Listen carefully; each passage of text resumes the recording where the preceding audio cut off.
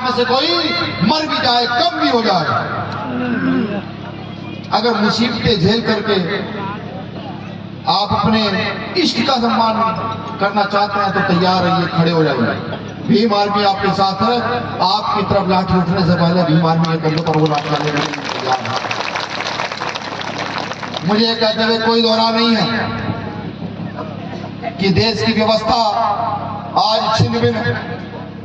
आज देश में कोई पूछने गिनने वाला नहीं, जिसको चाहे मार दो, जिसको चाहे काट दो, जिसका चाहे बलात्कार कर दो।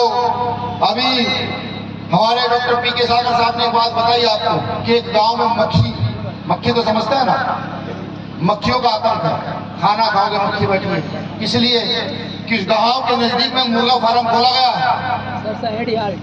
उस मुर्गे फार्म जो खोला गया है, अगर उस मुर्गे फार्म को बंद करने की बात की जाती है तो डीएम साहिबा धक्के देकर महिला को निकाल देते हैं। हालांकि मुझे अभी पता लगा, हम भी देखें आगे डीएम साहिबा में कितनी क्षमता, कितनी ताकत है, वो कितनी महिला को निकाल देंगे। यहाँ अगर LIU के लोग हो तो मैडम को जाकर बताएं कि भीम आर्मी अगर संवैधानिक दायरे में चलना शुरू कर देगी तो गाजीपुर का प्रशासन सांस नहीं ले पाएगा, सड़कें तो छोड़ दीजिएगा।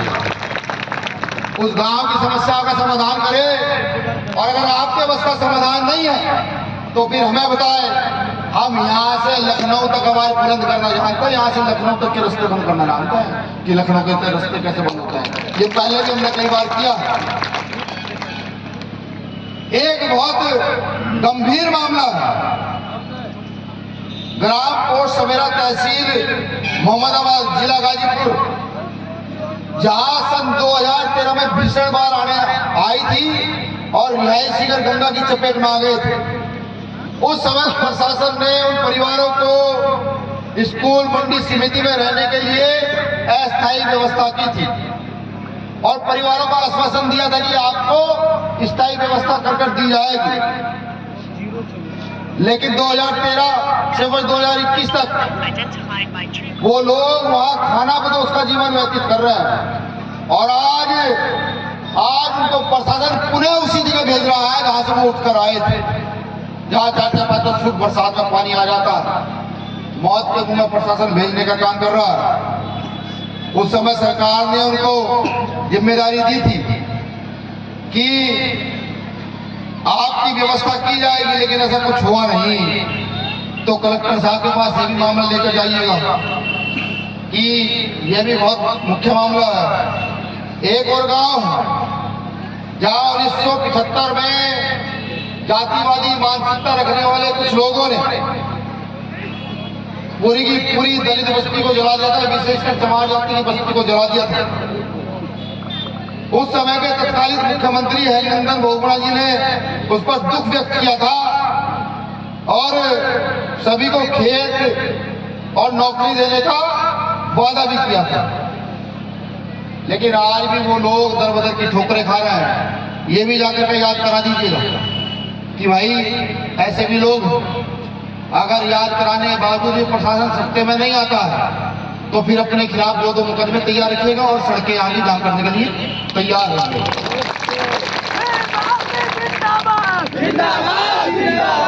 अब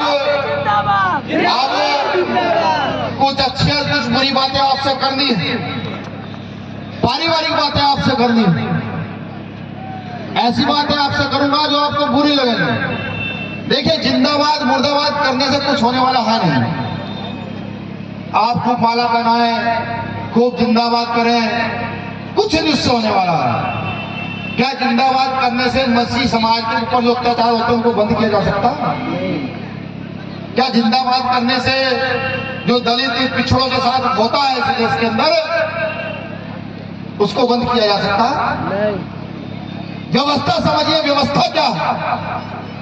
अगर व्यवस्था एक बार समझ गए तो बड़े पैमाने पर परिवर्तन का काम आप सब लोग कर जाओ, और अगर व्यवस्था ना समझे तो इसी प्रकार से टूटते रहोगे। आने वाली नस्लें वो गुलामी की ओर अग्रसर होंगी। जिन लोगों से लड़ाई है उनके पास अथाह पैसा, अथाह संसाधन है, और हमारे पास क्या है? हम गरीब किसान मजदूर वर्ग के लोग सिर्फ बाबा साहब अम्बेडकर की बदौलत पढ़ लिख करके इतना बोलना सीख गए। आर्टिकल 19 अधिकार दे कि बोलो, खूब जोर जोर से बोलो। उन लोगों ने पैसे के दम पर भारत की राजनीति को अपने कदमों में गिरा और हम लोग चुप रहे। बाबा साहब अम्बेडकर ने संविधान में लोकतंत्र का अधिकार दिया। लोकतंत्र के अधिकार में कह दिया कि जिसकी जितनी संख्या बढ़ी उसकी उतनी हिस्सेदारी। और इस देश में गरीब मजदूर किसान की संख्या सबसे ज्यादा है। इस देश में SC ST OBC माइनॉरिटी की संख्या सबसे ज्यादा है। ये लोग चाहे तो तख्ता पलट कर दे, लेकिन हम लोगों ने ध्यान नहीं दिया। बाबा साहब के द्वारा दिए गए अधिकार को पा करके हम लोग टीवी और बीवी में खुश हो गए। जब हम टीवी और बीवी में खुश हुए तो मनुवादी व्यवस्था के लोगों ने इस देश को अपने कब्जे में किया और इस देश को अपने कब्जे में करने के बाद बाबा साहब का अपमान करना शुरू किया। बाबा साहब अम्बेडकर को गाली देनी शुरू की। अभी अमित शाह ने बयान दिया, उससे पहले बीजेपी का एक मंत्री हेगड़े उसने कहा संविधान बदलने में। आखिर कितने निर्दयी और निकम्मे लोग हैं कि जिस संविधान से हमारी ताकत, जिसकी वजह से देश की महिलाओं का वजूद है, जिसकी वजह से देश में गरीब शोषित वंचित किसानों का वजूद है, उसको जब लग जाए कोई कुछ भी लगे हम शांत रहते हैं। क्या पुतले जलाना समाधान है? जिन लोगों से लड़ाई है उनसे कहो माफी मांग लेंगे। उनके पुरखों ने माफिया मांगी है। अंग्रेजों के सामने घुटने टेक के कह दिया हमें माफ कर दो। ना यार कितने क्रांतिकारी को फांसी चढ़ा दिया। नहीं, ये समाधान नहीं है। समाधान तो यह है कि लोकतंत्र की ताकत को समझते हुए इस देश का शोषित वंचित वर्ग एकजुट हो, इस देश का SC ST OBC माइनॉरिटी एकजुट हो और धर्म के आधार पर नहीं, जाति के आधार पर नहीं,